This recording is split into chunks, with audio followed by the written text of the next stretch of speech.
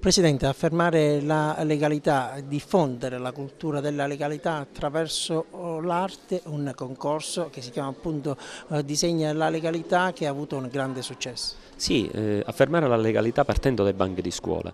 Noi abbiamo premiato tutte le scuole di ogni ordine e grado, lanciando un concorso a livello regionale, recependo questo grande entusiasmo, questa grande voglia di vivere, questa grande voglia di affermare la legalità nel mondo, affermare la legalità attraverso i disegni che gli studenti con la loro spontaneità hanno mandato. E questo è un segnale di grande speranza per le imprese, è un segnale di grande speranza per noi imprenditori. E noi come Camera di Commercio continuiamo in questa strada e su questa strada, è la quarta edizione, speriamo di poterlo fare diventare nazionale, non per metterci una medaglietta in più, ma proprio per affermare con sempre maggiore forza e sempre maggiore vigore che la legalità è un dato assoluto ed è un dato che deve essere insito nello sviluppo economico di una terra.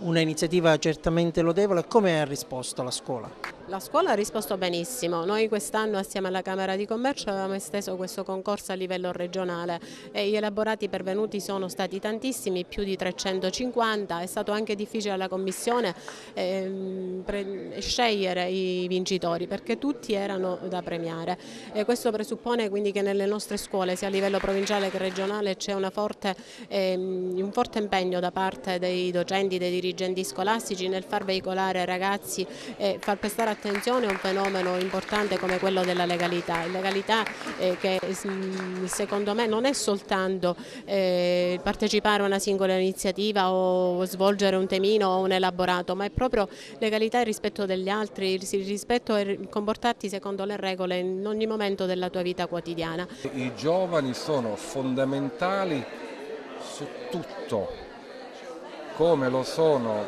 su qualunque altro argomento, sono fondamentali e indispensabili sui temi della legalità. Nel brevissimo intervento che ho fatto nell'ambito di questa bella manifestazione ho detto che questa circostanza esprimeva contentezza, felicità. Ecco, la bellezza, dobbiamo dire purtroppo la bellezza dell'antimafia, perché esiste la bruttezza della mafia.